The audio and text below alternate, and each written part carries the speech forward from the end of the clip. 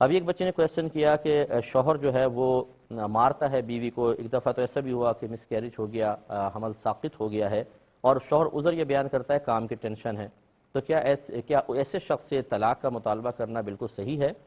تو جی بالکل جائز ہے. اگر اس کی عادت مستمرہ ہے, یعنی لگاتار وہ کرتا ہے, بار بار ہائپر ہوتا ہے, گالیاں بکتا ہے, مارتا ہے, پیٹتا ہے, اور جیسے مس کیریج کون اپنے بچے کو ضائع کرتا ہے, اس کا مطلب ہے کہ بہت ہی زیادہ غصیلہ قسم کا آدمی ہے. تو کام کی ٹینشن ایک الگ چیز ہوتی ہے. کام کی ٹینشن باہر کسی مرد پہ کیوں نہیں نکال لیتا, تاکہ وہ بھی جواب میں 2 مکے مار کے اس کے دانت توڑے تو دماغ ٹھکانے آ جائے. کام کی ٹینشن ساری اترتی ہے کمزور مخلوق کے اوپر. اسی کو آ کے گالیاں بکیں گے, اس کو سب کے سامنے ذلیل کریں گے, اسی کو ماریں گے, پیٹیں گے, تو بھئی کسی اور کے سامنے, یعنی کمزور مخلوق کو دیکھ کر تو انسان کا سارا غصہ جو نہیں بھی ہوتا نا وہ بھی باہر آ جاتا ہے, اور مضبوط کوئی سامنے ہوتا ہے تو بھیگی بلی بن جاتے ہیں ہم.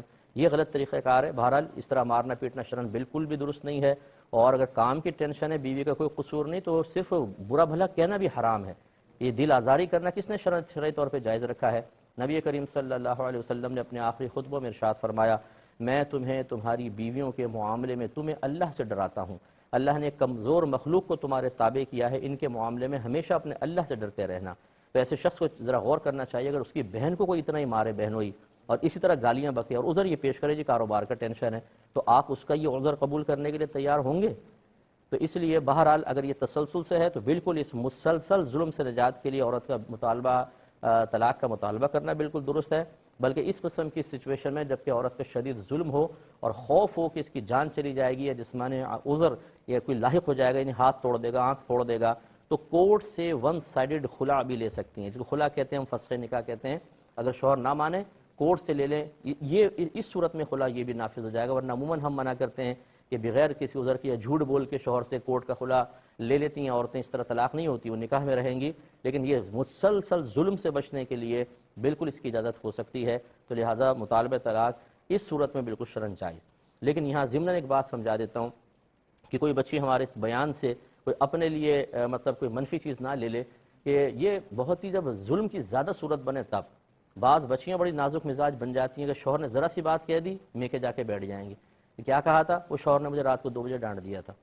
اچھا صرف ڈانٹا تھا, اور باقی کھانا پینا صحیح ہے, نان نفقہ صحیح دے رہا ہے, باقی رویہ ٹھیک ہے, لیکن ڈانٹا تھا یہ برداشت نہیں ہوا, جا کے بیٹھ گئے. اور اس کے اوپر پھر وہ لاڈلے بچوں کے ماں باپ جو ہیں وہ کہتے ہیں نہیں اب ہم نہیں بھیجیں گے, اب تو ہم کورٹ سے خلا لے لیں گے. یاد رکھیں ایسی معمولی چھوٹی چھوٹی ریزنز کے اوپر جا کے بیٹھیں گی تو وہاں جا کے بیٹھنا بھی گناہ کبیرہ. فرشتے مسلسل لعنت کرتے رہتے ہیں اللہ تعالیٰ کے.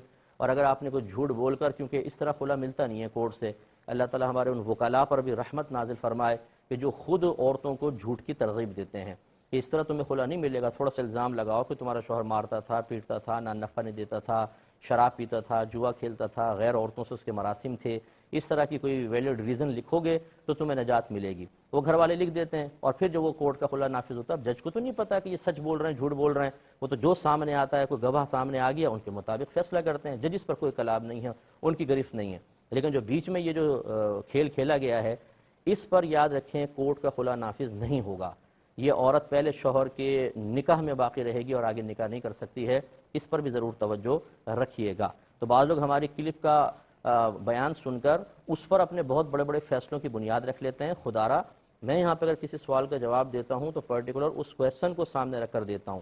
مطلقاً آپ لوگوں کو جواب نہیں دے رہا ہوں, آپ اس سے سیکھیں ضرور, لیکن اس کو بنیاد بنا کر اپنے بڑے بڑے عملی قدموں کی دلیل اس کو نہ بنائیں. اس کے لیے آپ کو پوچھنا ہی پڑے گا, کیونکہ صورتحال مختلف ہوتی ہے. آپ لوگ بعض اوقات ایک ہمارا جواب سن کے سمجھتے ہیں شاید یہ ہمارا بھی جواب ہوگا, لیکن کویسچن بعض اوقات بدل جاتے ہیں, صورتحال بدل جاتی ہیں, اور وہ درمیان میں جو معمولی سا فرق ہوتا ہے وہ ہم مفتیان کرام جانتے ہیں, عوام نہیں جانتی. اگر اس طرح کلپ سن کر ہر ایک مفتی بن جاتا تو میرے خیال میں تو 16 سال ہے میرا احکام شریعت کا, تو آدھی دنیا تو ہو چکی ہوتی.